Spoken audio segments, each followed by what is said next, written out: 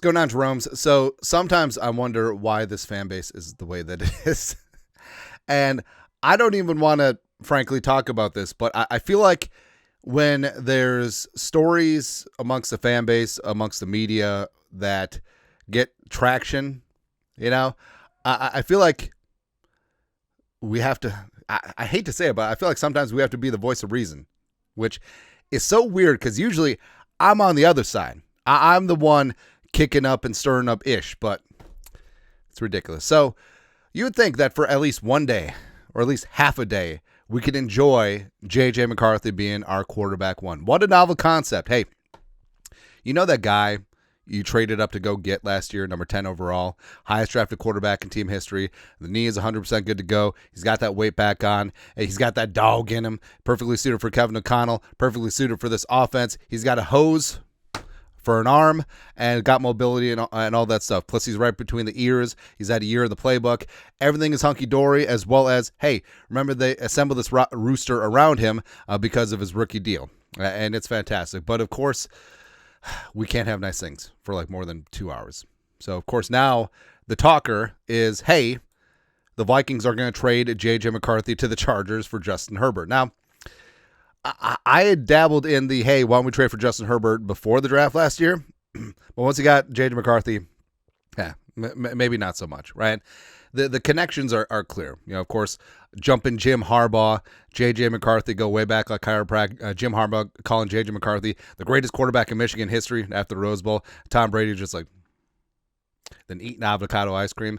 And, of course, Kwesi's not afraid to make an aggressive move. Also, Kwesi has structured 2025 where the Vikings are maximizing cap space. Currently, they have around $33 million in cap space, as well as taking a post-June 1st designation, cutting Bradbury, which saves them $1.6 million. It's just like, okay, why is Kwesi hoarding 2025 cap space? And then people are just connecting the dots. Oh, it's to be able to afford Justin Herbert's premium contract after they ship J.J. McCarthy to the Chargers. Now, no. Yeah, and Harbaugh, remember, Harbaugh was in the running to be the head coach of the Vikings back in 2022 because Kwesi was hired first. Kwesi and Harbaugh had connections from their San Francisco days, and Harbaugh even flew in to the Twin Cities, and he was expecting a coronation. No, it was just an interview. All right, but of course, Kevin O'Connell, that certainly worked out, right? But with Herbert, I mean, Herbert is a solid NFL quarterback. You could debate all day, is he a top 8 quarterback? Is he a type of quarterback who can carry you to a Super Bowl? Or are you just going to do well with him? Premium price tag, is he in that Tua conversation? Is he in that Dak Prescott conversation where he's not going to do it all by himself? But if you surround him with a premium roster, like the Vikings have, good things can happen, right? And Herbert, I still have not forgiven Justin Herbert because allegedly he won the 2020 Diet Pepsi Offensive Rookie of the Year award, even though we know who actually won. It was another Justin. There's a misprint on the trophy. It's just ridiculous, man. But there's a couple of logistical things here. Well, number one, I think that Herbert is good. I don't think that he's elite. Right? And you're swapping that out. Herbert's 27, J.J. McCarthy's 22. Herbert is on a cap-eating contract. J.J. McCarthy's on his rookie deal. And you have this window where you can assemble an elite roster around McCarthy. You can't have that with Justin Herbert, and it doesn't really sync up with the Vikings' actions this offseason, even though, yes, they do have cap space in 2025. What about 2026 and beyond? So, complications from the Chargers side. They would take on $95 million in dead cap in 2025 if they traded him, right? Because they get his base salaries off of their books, but a lot of Herbert's contract is tied up in option bonuses, which are fully guaranteed, and most of them come home to roost.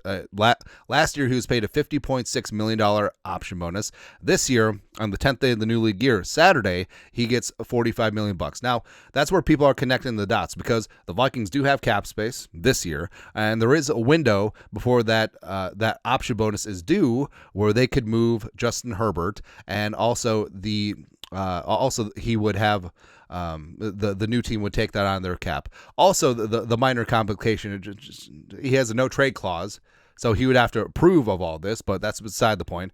I mean, also, this is a point of never-ending frustration too.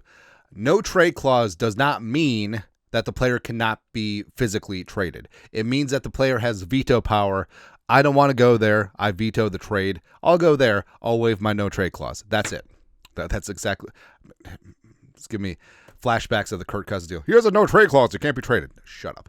Anyways, but so now the Chargers, either way, they would take on at least $50 million dead. I don't think that's going to be their prerogative. And also complicating things is that $45 million option bill. So the Vikings are just going to pay it. You're going to trade for Herbert. They're going to pay that. They're going to take that onto their cap. Also, the Vikings could swing at 2025, but what happens in the future? Because Herbert has exceedingly large cap hits in 2025 all the way through 2029, including $70 million in 2028. Of course, everything would be restructured by then. But the Vikings pushed most of their cap hits of their new signings, as well as foresight with Jefferson and Derisaw's extensions, to be light in 2025, but 2026, a lot of those hits come home to roost. Now, a lot of it is they'll just restructure. They'll push cap hits out, and they'll be able to work things out, right? And also the cap is going to rise precipitously. But even with what's perceived to be the 2026 cap, the Vikings are already pretty snug. They only have just under $6 million in cap space, and you see Jefferson, Harrison Smith, Brian O'Neill, Darisaw, Grenard, and then the new contracts, Jonathan Allen, Hargrave, Murph, Will Fries. Like, a lot of the big-time cap hits come in 2026. So Justin Herbert and his massive deal coming on board doesn't really make sense for what the Viking strategy has been. Plus, if this is something that actually goes down, this is something that had to have been planned for months. Right, this isn't a spur of the moment. Like, you wake up one day, Quase is just like, you know what I'm going to do? I'm going to trade for Justin Herbert as massive contract. No. So it doesn't really sync up with the Vikings offseason plans, even though, yes, I mean, they do have cap space 2025. But as we've seen, Quase and Rob Brzezinski, they don't plan just for this year. They plan into the future. And this is not congruent with the plan for the future. So, again, can't we just have like a couple days of just gloriousness where we're building around our own future franchise quarterback? Well, how can you trust Justin Herbert or J.J. McCarthy? He doesn't have any NFL experience. All right, so get rid of all NFL rookies. If you want to play in the NFL, you have to enter with 7 years of NFL experience. So stupid. Hey, you know who was a rookie last year? Jaden Daniels. Seemed like he did pretty good. And also, everything with J.J. McCarthy, whether it's coaching with Kevin O'Connell, Wes Phillips, Josh McCown, whether it's all the weapons, including Justin Friggin Jefferson, whether that's the revamped offensive line, you have the best tackle doing in the National Football League, you got Ryan Kelly, you got Will Fries, and then you got that opportunistic defense across from you. You got great special teams. J.J. McCarthy is in the greatest situation, the best situation for any first-time starting quarterback in National Football League history. Like, no one talks about that. Everyone focuses on the negative. Oh, what if he doesn't work out? What if he does? Huh? What if J.J. McCarthy rips the cover off the ball with his hose for an arm and becomes a multi-time All-Pro, multi-time Super Bowl champion? What about it? You don't know unless you give the kid a shot. He's got all the tools. He's got the right mindset. Everything is perfect around him. Let's see what he can do. Why don't we focus on that? No, legitimately. It's always like, well, what has he done? He's a handoff merchant in Michigan. Blah, blah, blah, blah, blah. Shut up. Shut your mom, shut your face, shut everyone. It's just ridiculous. But again, I know I definitely indulge at times in the funny barroom conversations. What if we traded Edison and a first for Sauce? What if we trade for Justin Herbert? But this, nah. It just logistically makes zero sense. And the Vikings, believe actions, not words. The actions do not add up to this. It just doesn't make any sense. But your thoughts are thoughts? No, the Vikings are not trading for Justin Herbert. Probably. Let us know your thoughts, our thoughts, comment section. You guys are the best. You know what to do. Skol, production value.